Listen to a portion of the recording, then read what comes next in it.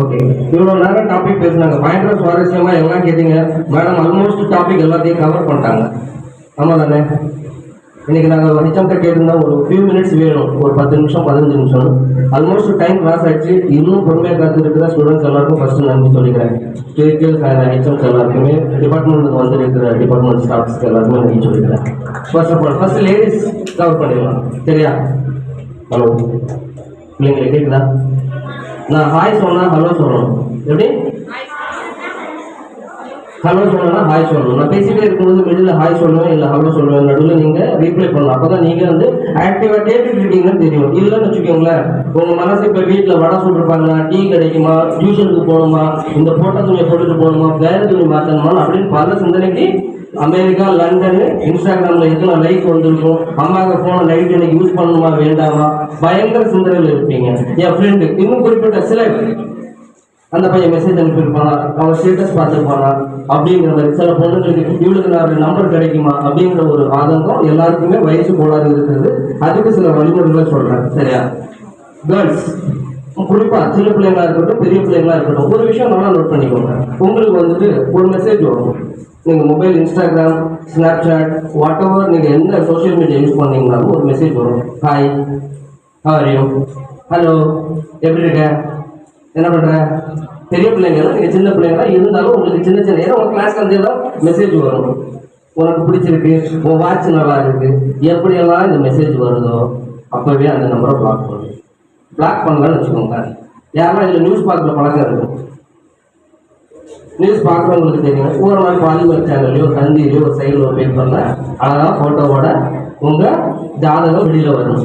இந்த ஜாதகம் அங்கே மட்டும் வராது, உங்கள் தெருவு, உங்கள் ஸ்கூலு, உங்களை பார்க்குற விதமே வேறு விதமாக இருக்கும். கைக்கில் போட்டுக்கணும். சரி, ஸோ பொம்பளை பிள்ளைங்களுக்கு இந்த மாதிரி நான் உன்னை நல்லா பார்த்துப்பேன், நீ அழகாக இருக்க, உன்னை ராணி மாதிரி பார்த்துப்பேன் அப்படின்னு யாராவது சொன்னாங்கன்னா நீங்கள் முதல் சொல்ல வேண்டிய விஷயம், நான் ஏற்கனவே ராணி மாதிரி தான் இருக்கேன்.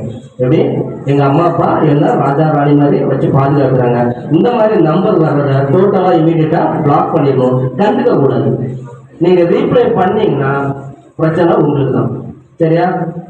கேட்குதா? பேசுறது கேட்குதா? கொஞ்சம் ஹலோ, ஓகே. ஸோ ரெண்டாவது விஷயம், குட் டச் பேட் டச். நான் ப்ராக்டிக்கலாகவே நான் உங்களுக்கு நிறைய வாட்டி ஸ்கூலில் சொல்லி கொடுத்துருப்பாங்க. இன்றைக்கும் அது நான் விஷுவலாக நான் உங்களுக்கு சில விஷயங்கள் காமிக்க போகிறேன். ரெண்டாவது பசங்க நீங்கள் ரொம்ப இம்ப்ரெஸ் ஆகுறது என்ன தெரியுமா? பைக்கு, காரு, எல்லாமே நீங்கள் பார்க்குற எல்லாருமே வந்து பார்த்தீங்கன்னா யாருன்னா அவங்க சொந்த காசில் வாங்கணும்லாம் இருக்க மாட்டாங்க. சொந்த காசில் வாங்கணும் 40 கிலோமீட்டர் ஸ்பீடுக்கு மேலே போக மாட்டாங்க. ஏன்னா அதுக்கு இன்சூரன்ஸ் பே பண்ணணும், அதுக்கு பல பிரச்சனை இருக்குது. போலீஸ் ஹெல்மெட் போட்டுட்டு போகணும். அப்பங்காசில் வாங்கணும். அதாவது அது எப்படி தெரியுமா? ஒரு வெள்ளை கலர் ஷூவு, கொஞ்சம் டைட்டு பேண்ட்டு, டைட்டு சட்டை, ஒரு சைஸாக டிஷர்ட்டு, கழுத்தில் செயின். அது தங்க செயினாக இருக்காது, நாய்க்கு போடுற செயினாக இருக்கும், சரியா? நாய்க்கு போடுற செயினை கழுத்தில் போட்டுட்டு அது உள்ளே இருக்காது, வெளியில தான் இருக்கும். அதில் ஒரு கெத்து. அது வந்துட்டு இந்த ஸ்கூலில் உங்கள் கிளாஸில் ஒரு 2 பேர் இருப்பான். எங்கள் அண்ணன் யார் தெரியுமா? உங்கள் யாரு? ஒருத்தங்க டம்மி பீஸு. போலீஸ் அதை பார்த்தாச்சுன்னா நிற்க மாட்டான், ஹைச்சாவை பார்த்தாலே நடிக்கிடுவான். ஆனால் அவன் கூட கதையை பார்த்தீங்கன்னு வச்சுக்கோங்களேன், எங்கள் அண்ணன் மட்டும் போனான், அவன் போகிறான் 100 ஸ்பீடில் போவான், தெரியுமா? இந்த கதையை கேட்கறதுக்கு 4 பேர் சாப்பிட்டுட்டு பின்னாடி வந்து உட்கார்ந்துருக்குறது. ஒன்றுக்குமே அவன் அவன்கிட்ட ஒரு 100 ரூபா கேட்டீங்கன்னு வச்சுக்கோங்களேன், அம்மா 50 ரூபா ஜிபே போடுவான். 50 ரூபா அம்மா எங்கே பர்ஸில் பைசா வச்சுருக்கோம் அந்த 50 ரூபா ஆட்டை போட்டுட்டு போகிறதுக்கு வழி பார்க்கக்கூடியவனா. அவனுக்கு 4 மணி ஆனால் ஸ்கூல் விட்டுரும். யாரை பார்க்கறதுக்கு? பிள்ளைங்களை பார்க்கறதுக்கு. 10 பைசாக்கு போதும் தான் இந்த வேலையை பார்ப்பான். உண்மையிலே இருக்கிறவங்க நல்லா படித்து நல்லா செட்டில் ஆகணும், நல்ல லெவலில் வரணும், ஒரு பெரிய ரேஞ்சுக்கு வரணுன்றவங்க டியூஷனுக்கு போவான், இல்லை படித்து அடுத்த டீச்சர்ஸ்க்கு டவுட்டு கேட்டு அடுத்த லெவலுக்கு போவான். புரியுதா? இந்த கதை விடுற கேஸ் எல்லாம் பார்த்தீங்கன்னு வச்சுக்கோங்களேன், ஒரு 18 வயசு வரைக்கும் கதை விடுவான். அதுக்கப்புறம் மிஞ்சு போனால் மேடம் சொன்னாங்க மேரேஜ் ஏஜ். உங்கள் கண்ணுக்கு ஒரு விஷுவலைசனாக சொல்கிறேன். 18 வயசு ஒரு பொண்ணு கல்யாணம் பண்ணுவோம், இல்லை ஒரு 21 வயசுல நீங்கள் சொன்ன வயசுல கல்யாணம் பண்ணால் இவங்க லைஃப் எப்படி நடக்கும் தெரியுமா? அவங்களே ரிஸ்க் எடுத்து ஆசா பாசங்கள் 4 மாதம், சரியா? ஆசைக்கு ஒரு குழந்தைய பெற்றுருவாங்க. ரியாலிட்டி சின்ன பிள்ளைகிட்ட சொல்லக்கூடாதுதான், பட் இருந்தாலும் நான் சொல்கிறேன், பெற்றுருவாங்க. அதுக்கப்புறம் அந்த பிள்ளைக்கு பேம்பர்ஸ் வாங்குறது கூட காசு இருக்காது. எப்படி? பேம்பர்ஸ் எல்லாருக்கும் தெரியும் இல்லையா?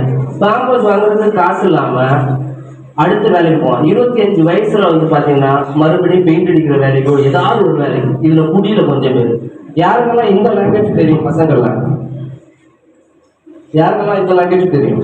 ஹலோ, தெரியுமா? யாருக்கெல்லாம் தெரியும்? தப்பு கிடையாது. இப்படி தெரிஞ்சு வச்சிருக்கிறது, இது பாக்குறதுக்கு, இது பொதுவா சொல்றேன், ஆம்பளைங்களுக்கும் பொம்பளைங்களுக்கும் சேர்த்தே சொல்றேன்.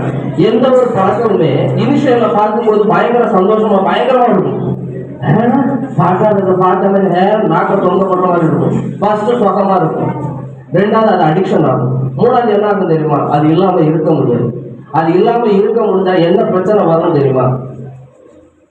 மேல கிளாஸுக்கு நான் வேற விஷயங்கள் சொல்லுவேன், உங்களுக்கு சொல்றேன். உங்களோட ஆயுஸ் ஃபர்ஸ்ட் கம்மியாகும்.